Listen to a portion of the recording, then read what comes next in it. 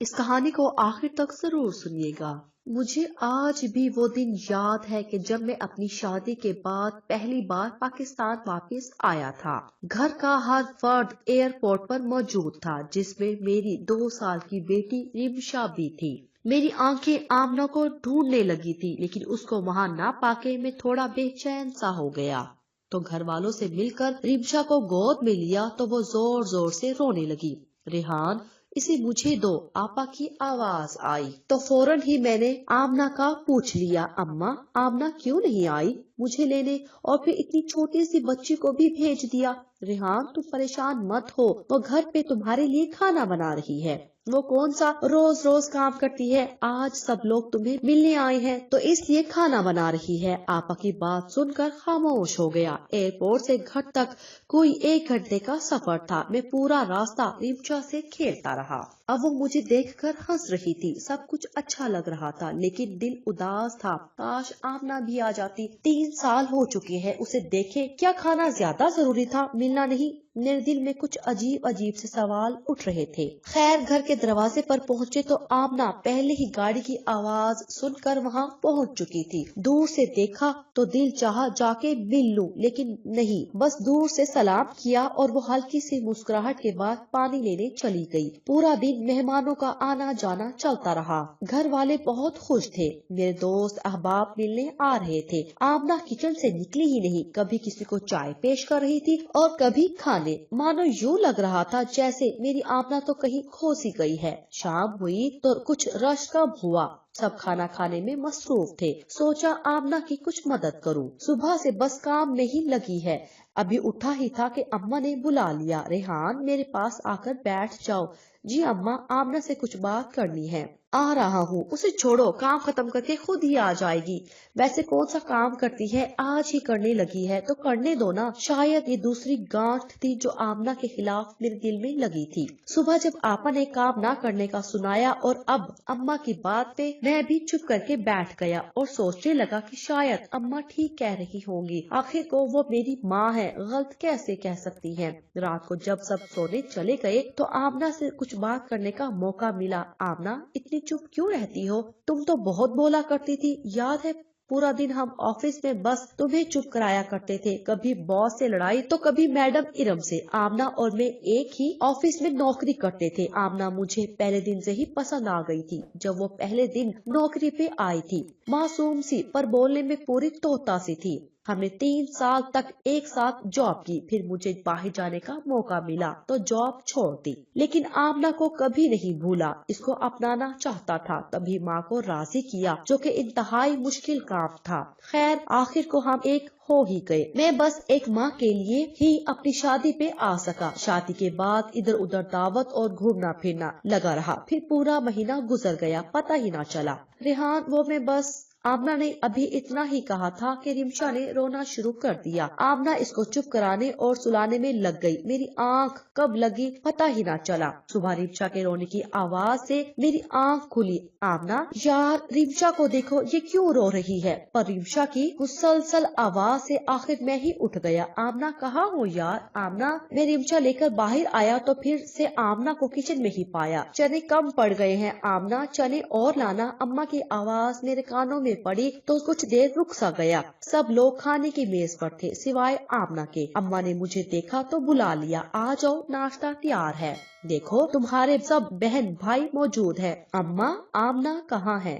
رمشا کو بھوک لگی ہے، لاؤ اسے مجھے دو، تم فریش ہو جاؤ، اسے میں دیکھتی ہوں۔ آج پھر آمنہ کچن میں اکیلی اور پورا خاندان، جس میں کم از کم 20 لوگ تو ہوں گے، کھانے میں مصروف تھے۔ اماں تو کہہ رہی تھی کہ آمنہ کوئی کام نہیں کرتی، بس کل ہی کیا تھا، تو پھر یہ کیا تھا؟ آمنہ، اپنا اور میرا کھانا باہر لے آؤ۔ شاید میری بات کسی کو بھی اچھی نہیں لگی تھی، پر کچھ ایسا بھی تھا جو مجھے اچھا نہیں لگا تھا۔ صبح سے دوپہر اور دوپہر سے شام آمنہ کا بس ایک ہی کام تھا کہ وہ ہر کسی کی خواہش پوری کرنے میں لگی رہتی۔ میں سمجھ چکا تھا کہ آمنہ اتنی چپ کیوں ہو گئی ہے۔ میرے گھر میں آ جانے کے بعد آمنہ میں پھر سے کچھ تبدیلی آنا شروع ہوئی۔ شاید میرے جانے کے بعد سب اس پہ حاوی ہو گئے، تبھی وہ تھوڑا سہم چکی تھی۔ وقت گزرتا رہا، اب وہ کام چھوڑ بھی دیا کرتی تھی۔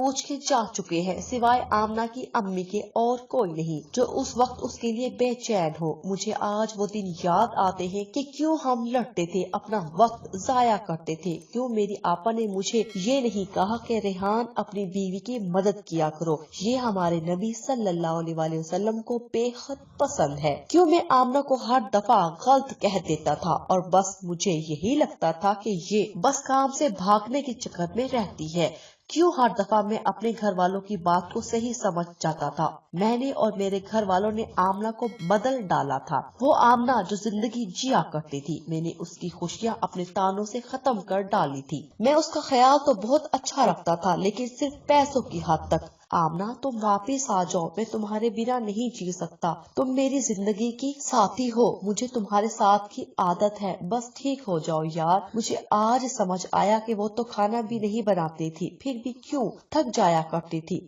صرف کھانا بنانا گھر کے کاموں میں شامل نہیں ہوتا اور بہت کچھ ہوتا ہے۔ آج کل میں بھی کھانا باہر سے منگواتا ہوں اور پھر بھی بہت تھک جاتا ہوں، پورا دن میں 5 منٹ کا آرام نہیں کر سکتا۔ آمنہ تم سچ کہتی تھی کہ ریحان صرف مرد ہی کیوں تھکتا رہے، آخر عورت کیوں نہیں تھکتی، اس کو اجازت کیوں نہیں ہوتی کہ وہ اپنی تھکن کو بیان کر سکے۔ میں اپنے سب بھائیوں سے یہ ضرور کہنا چاہوں گا کہ جو غلطی میں نے کی ہے آپ لوگ کبھی مت کرنا، اپنی بیویوں کے لیے ٹائم نکالو، ان کے بھی نخرے اٹھاؤ کیونکہ وہ ان سب کو پسند کرتی ہے، اور اگر تم چاہتے ہو کہ تمہاری بیویاں جوان اور حسین رہے تو اس کی تعریف کیا کرو۔ جو مرد حضرات زیادہ غصہ کرتے ہیں ان کی بیویاں جلد بیمار اور بوڑھا ہونا شروع ہو جاتی ہیں، اور ایک بہت اہم بات، ہمارے گھر والے ہم سے جتنا پیار کرتے ہیں اتنا ہماری بیوی سے نہیں کر سکتے، لہٰذا بیوی آپ کی ہے نہ کہ محلے والوں کی، اور اس نے آپ کے گھر کو سنبھالنا ہوتا ہے، لہٰذا اس کو مزید مضبوط بنانے کے لیے آپ کے پیار اور مدد کی ضرورت ہے۔